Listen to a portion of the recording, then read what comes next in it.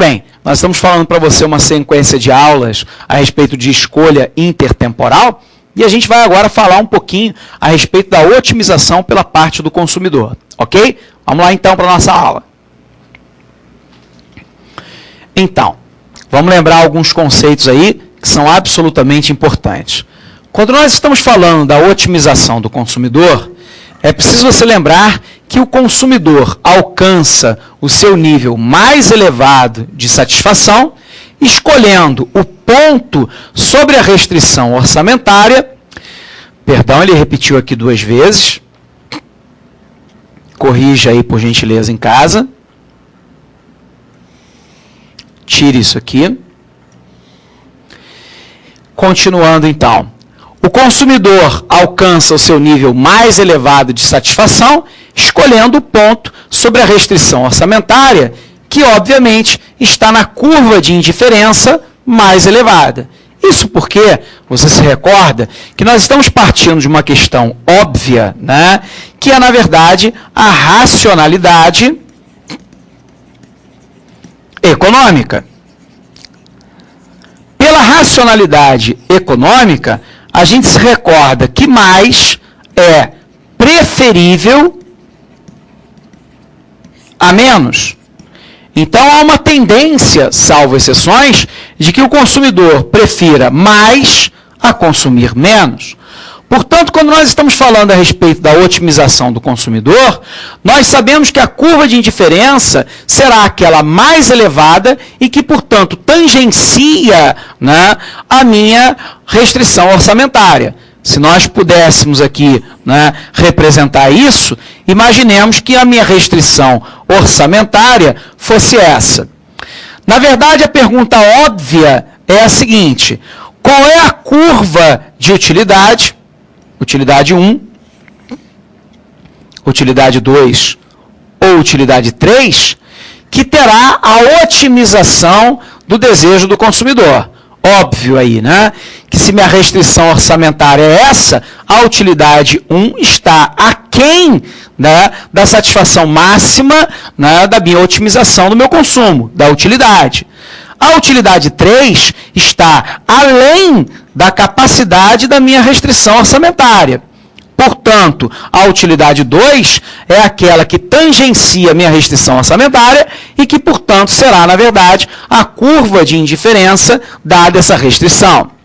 Então, dizendo de outras maneiras, né?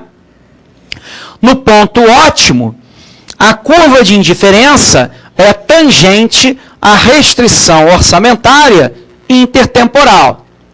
Ela vai indicar qual é a melhor ou qual é a combinação ótima de consumo presente e consumo futuro nos 2 períodos que o indivíduo pode dispor, dada a sua renda presente e futura e dada, obviamente, a taxa de juros que ele poderá oferir se decidir consumir menos no momento presente e poupar mais, auferindo, então, taxa de juros no momento futuro.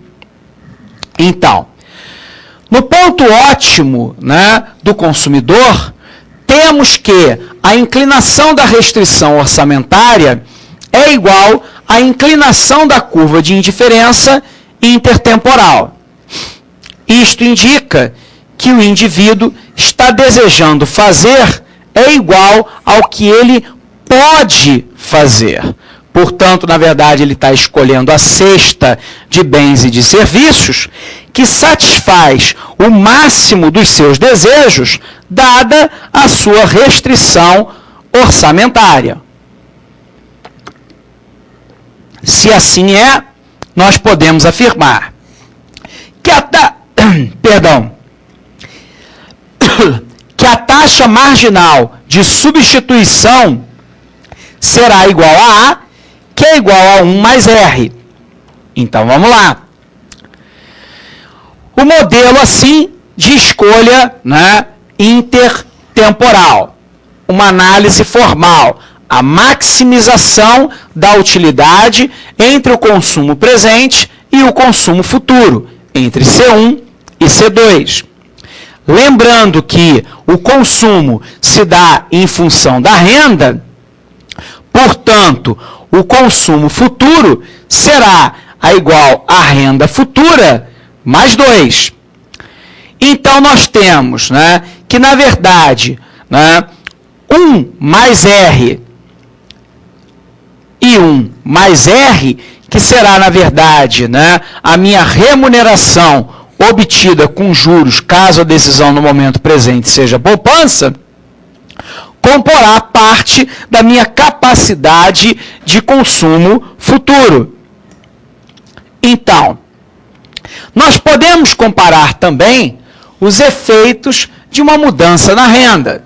Então, um aumento na renda nos períodos 1 e 2, ceteris paribus, ou seja, tudo o mais permanecendo constante, desloca a restrição orçamentária intertemporal para fora e para a direita. Uma razão óbvia.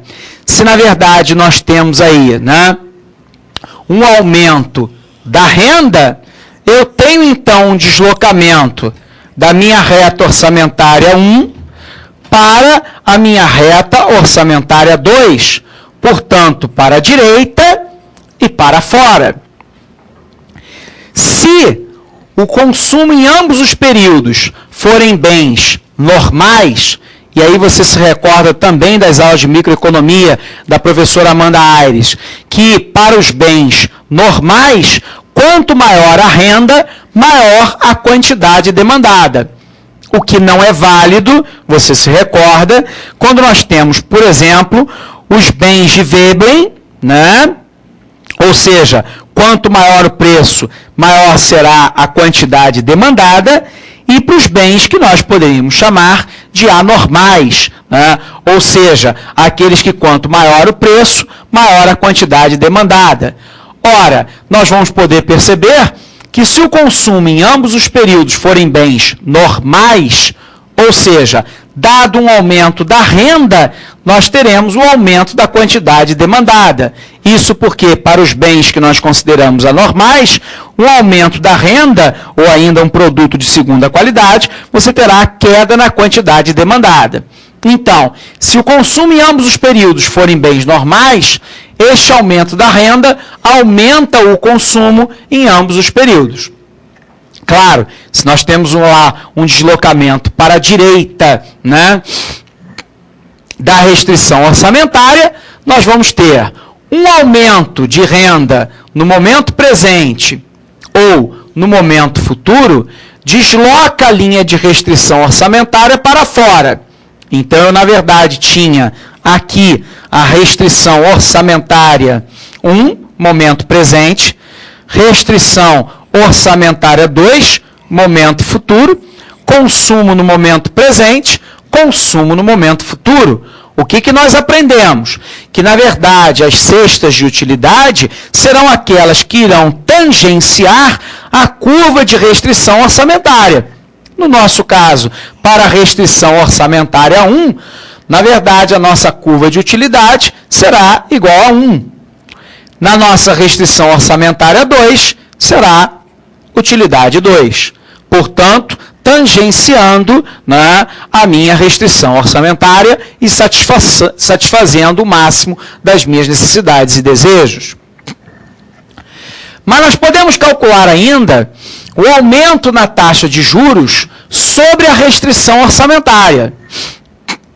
Ou seja, a receita com juros, né, no momento futuro é maior do que no momento presente. Então, vamos lá, vamos pensar.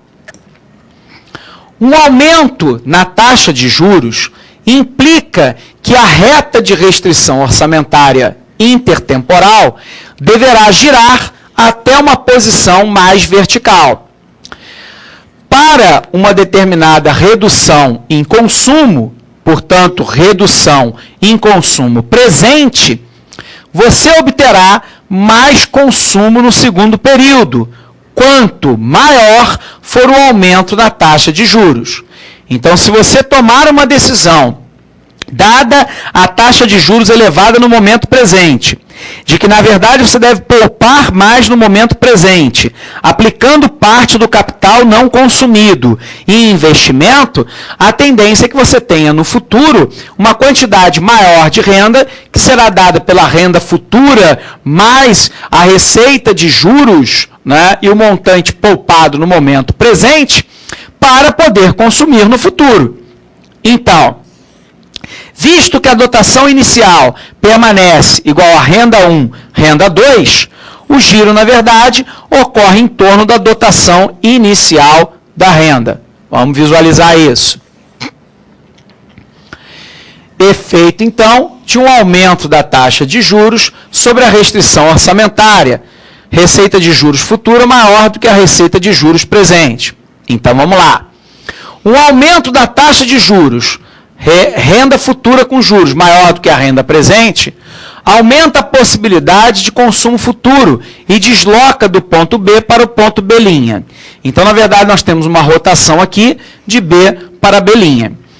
Um aumento da taxa de juros reduz as possibilidades de consumo presente ceteris paribus, ou seja, tudo mais permanecendo constante, portanto, não haverá, na verdade, uma redução de preços no momento atual. Resultado, renda futura é igual a consumo futuro, renda presente igual a consumo presente, menos a poupança. Dada essa questão, então, nós poderemos concluir da seguinte maneira. Um aumento na taxa de juros de R1 para R2, ou seja, receita de juros futura maior que a presente, ceteris paribus, implica, né, que a poupança será igual a zero e que a restrição orçamentária se torna mais inclinada. Isto implica que as possibilidades de consumo presente se reduzem, mas aumentam as possibilidades de consumo futuro, dada que a renda futura me é dada pela renda presente menos consumo, mais, né, o total poupado, mais R, ou seja, a receita de juros.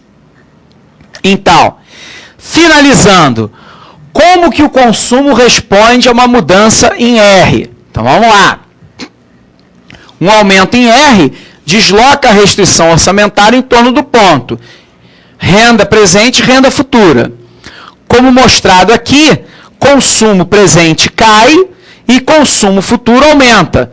Contudo, isso pode ser diferente, né? Claro, por que pode ser diferente? Porque eu estou levando à consideração ceteris paribus, ou seja, tudo mais permanecendo constante.